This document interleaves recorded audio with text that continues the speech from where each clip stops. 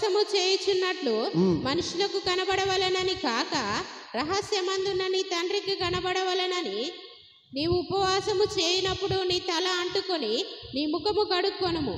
చాలు. హల్లెలూయా. ఏంటిదట? ఎవరు కనబడకూడదు? మనుషులకు కనబడాలని కాదు, కానీ రహస్యమందు నుంచి చూస్తున్న నీ తండ్రికి కనబడేటట్టుగా నువ్వేం చేయాలా? ఉపవాసము చేయాలి. హల్లెలూయా.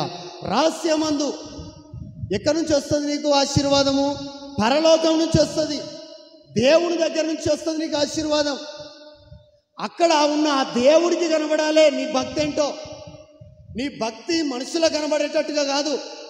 చాలామంది అందరు చూసినప్పుడు తెల్ల వస్త్రాలు వేసుకొని వస్తే, అందరు చూసినప్పుడు ఏం అబద్ధం ఆడినట్టుగా, మొత్తం ఏం చేయనట్టుగా యాక్షన్ అదనమాట. నటన జీవులిల్లు. నటన ద్వారా మనుషుల ఎదుట నటిస్తే దేవుడు నిరంతరం చూస్తున్నాడనే విషయాన్ని నువ్వు గమనించాలి. హల్లెలూయా. చూస్తున్నాడు. ఎక్కడి నుంచి చూస్తున్నాడు? రహస్యంగా. నీ కళ్ళ ముందట కనబడకపోవచ్చు, కానీ ఏ కార్యక్రమం చేసినా కూడా ఎవరు కనబడవాలని చేయాలట? దేవునికి కనబడవాలని చేసినప్పుడు మాత్రమే నువ్వు ప్రతిఫలాన్ని పొందుకోగలుగుతావు.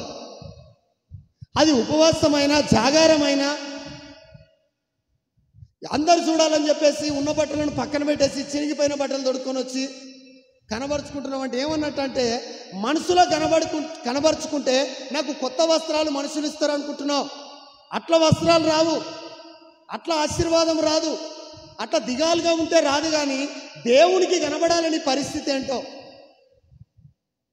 నువ్వు ఏదైతే అనుభవిస్తున్నావో అది ఎవరికి కనబడేటట్టు ఉండాలా? దేవునికి కనబరిచేటట్టుగా నువ్వు ఉంటే సరి అయిన ప్రతిఫలాన్ని నువ్వు పొందుకుంటావు. కానీ చాలామంది చేసే పని ఏంటంటే, ఇది మనుషులకు కనబడాలి. మనుషులు చూస్తున్నారా?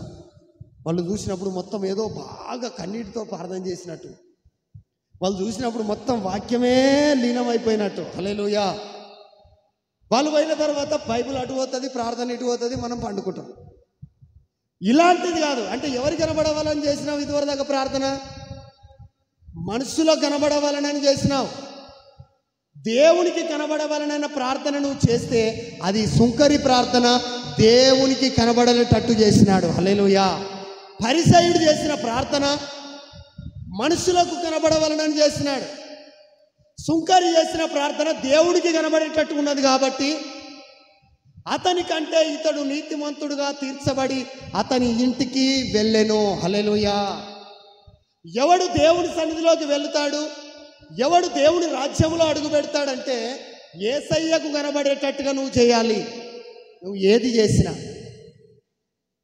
అట్లాంటప్పుడు మాత్రమే మనం ఏం పొందుకుంటాం? ప్రతిఫలము పొందుకోగలుగుతాము. హల్లెలూయా.